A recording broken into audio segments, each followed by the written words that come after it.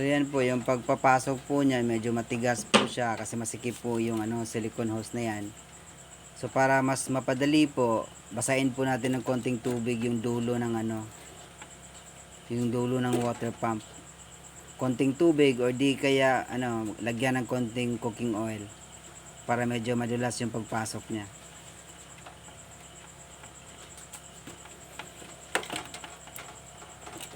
So lubricant kumbaga para mas madaling maipasok yung yung silicone hose niya.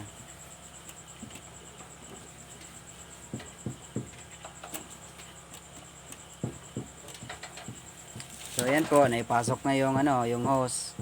So again, masikip po yan, medyo mahirap po ipasok.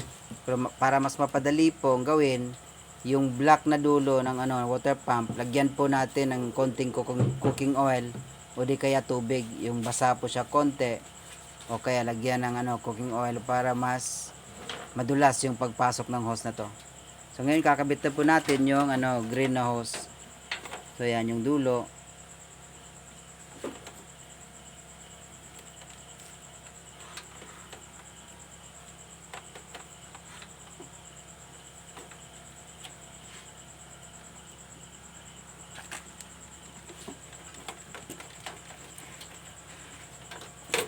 Okay, once na connect na po yan, lalagyan na po natin ng cable tie.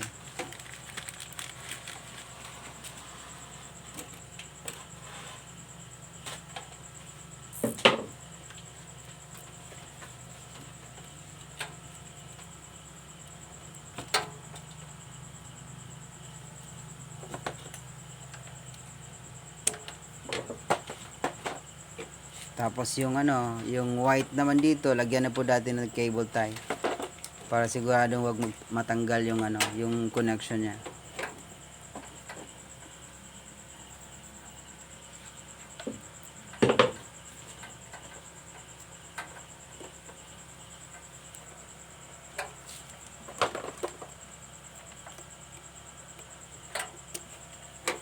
Okay, yan na po. Naka-connect na po yung water pump natin dito sa mula sa tangke. Tapos papunta naman sa taas sa gripo. Ayan po. Okay. Ngayon, ko-connect na natin yung wire niya mula sa yung papunta sa timer. So color code lang po 'yan, black to black, red to red na lang po. So press lang yung dulo tapos papasok sa butas. Yan po. Ayan. So naka-connect na po 'yan. Kung wala namang ganito, so tapos yung diretso na lang yung connection niya, naka-tape naman po 'yan.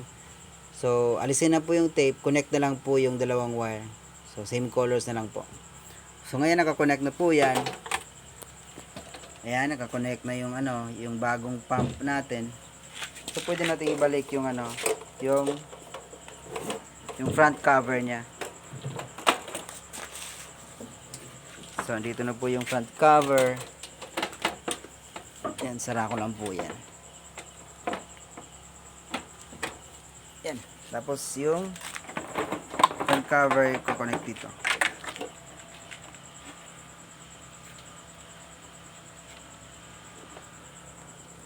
So, kasalukuyang kino-connect po yung yung wire ng LED niya.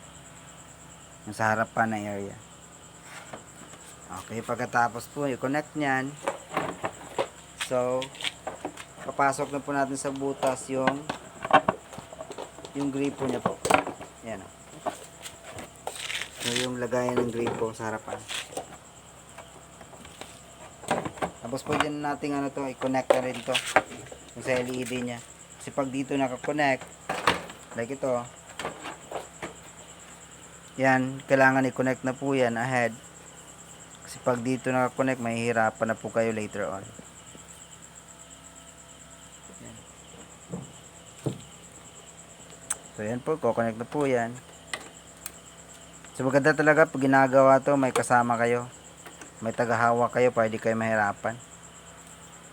Bali yung isa nagbabaklas, yung isa naman tumutulong sa paghawak ng pyesa. So yan po, connected na po yung LED natin. Yung LED sa front, yung sa power, yung sa code niya. Okay. Tapos babalik na natin yung screw. Yung screw dyan. Yung apat sa harap, sa taas. Saka yung apat sa baba. So, unahin muna natin ito sa pinakamataas na area. So, yan. May tao talagang humahawak dapat. Tapos may naglalagay naman ng screw.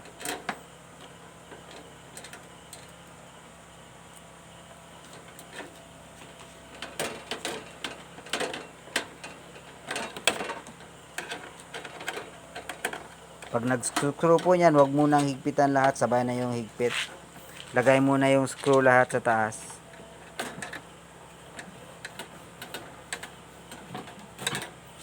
Tapos yung dalawa sa baba naman ito. Ayan, doon sa dadaan yung screwdriver.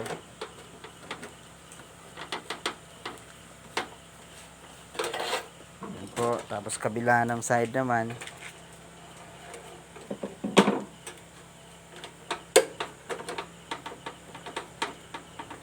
Okay, yan. Pag nakabit na yung apat sa taas, pwede nyo naikpitan yung sa taas. Bali, may apat pa nito sa sa ibabang bahagi. Ngayon, kakabit na natin yung screw sa ilalim naman na area nito. Yan. Yan sa baba. Yan, apat na screw po yan. Kabilaan, dalawa po.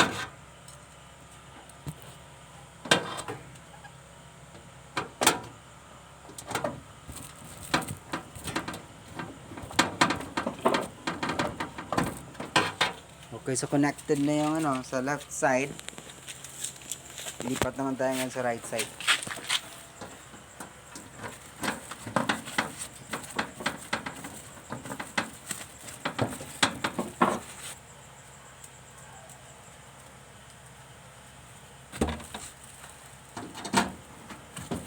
Taas. Taas. Hindi na mo.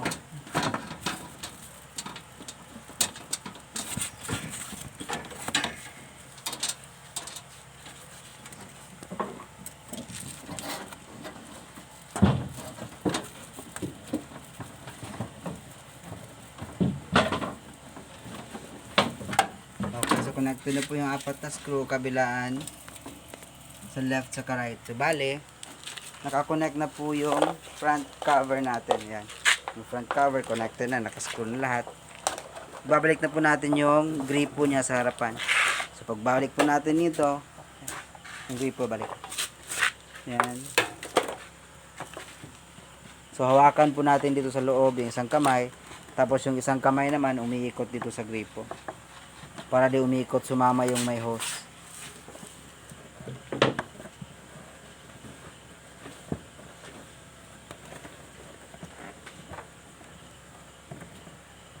Okay, higpitan po natin. Tapos yan, nakaharap niya sa baba na mahigpit. Again, wag natin kalimutan yung hose na to ay nakabalik dyan sa sa taas na area. So gagawin po natin ngayon, ito ibabalik na natin yung apat na screw ito sa likuran. Malapit na po tayong matapos.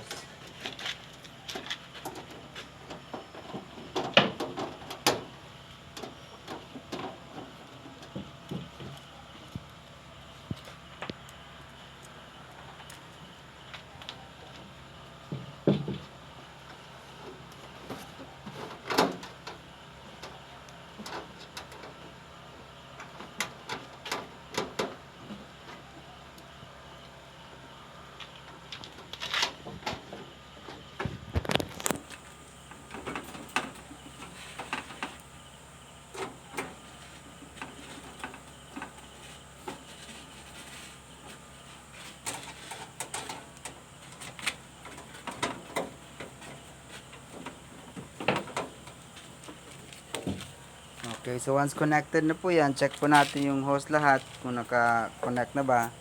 Saka yung mga wires. Pag na-check na natin, ibabalik na natin yung top cover. Once again po, huwag natin kalimutan, yung green na hose dapat hilahin natin pataas. Yan. Tapos pasok natin sa butas. Tapos yung front na area, diin po natin kasi may clip po yan. Yung front na area niyan. Press po natin. Tapos yung hose again, ganyan. Tapos press natin sa likod. Kakabit na po natin yung dalawang screw sa likuran. Yan.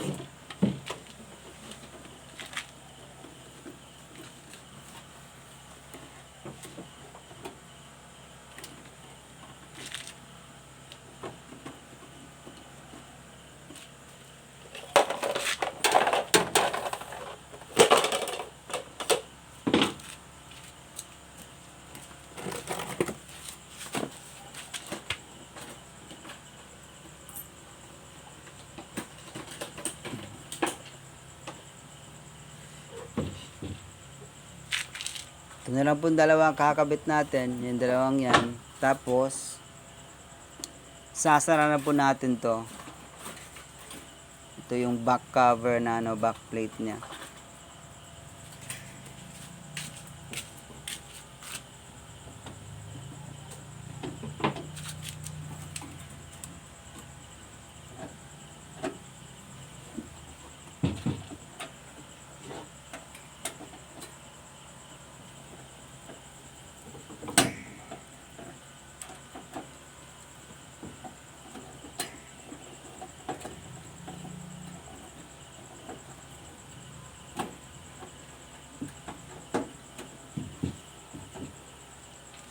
Okay, so ngayon nakasara na po yan.